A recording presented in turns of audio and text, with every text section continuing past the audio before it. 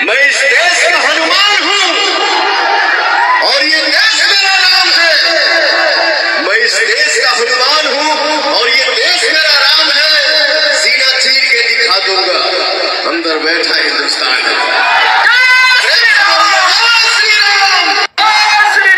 तो दोस्तों आप सभी को बताना चाहता हूँ खेसारी लाल यादव जी की एक धार्मिक फिल्म बनाई जा रही है जिस फिल्म का नाम है राजा राम, जो कि धार्मिक फिल्म होने वाली है। इस फिल्म में खेसारी लाल यादव का राम वाला लुक होने वाला है।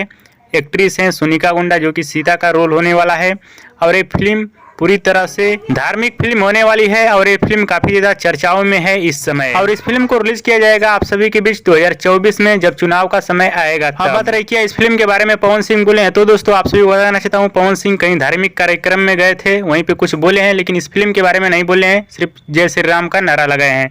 तो दोस्तों ये अपडेट था खेसारी लाल यादव का। वीडियो पसंद आया तो ज्यादा लाइक करें, कमेंट करें, शेयर करें, सब्सक्राइब करें। धन्यवाद दोस्तों।